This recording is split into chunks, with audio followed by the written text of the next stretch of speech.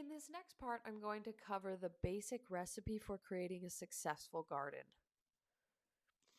So, if you go back to your grade school days, you'll probably remember your teacher telling you that in order for a plant to grow, it needs three things: sun, soil, and water. And your teacher was right. Those really are the three fundamental principles to gardening.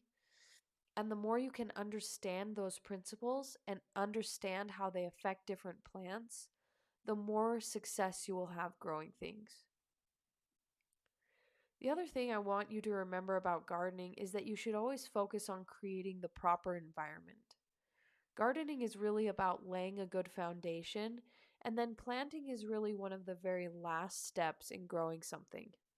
When I started out, I didn't understand that. I thought planting was the beginning, but it really falls more near the end.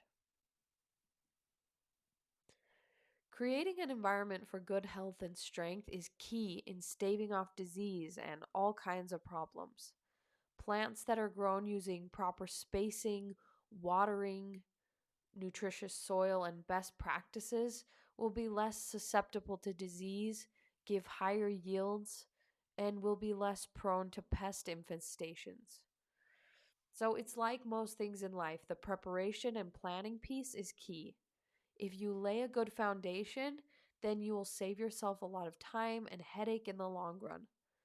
A lot of people assume that my garden takes a lot of time, but honestly, now that my beds are created and filled with healthy soil, I have automated water, and all of my plants are optimally laid out, it's really pretty minimal maintenance from there. So, how do you do that? How do you create the right environment for your plants to thrive? So, I'm going to go over how to lay a good foundation in all three of those fundamental categories that your grade school teacher taught you: sun, soil, and water.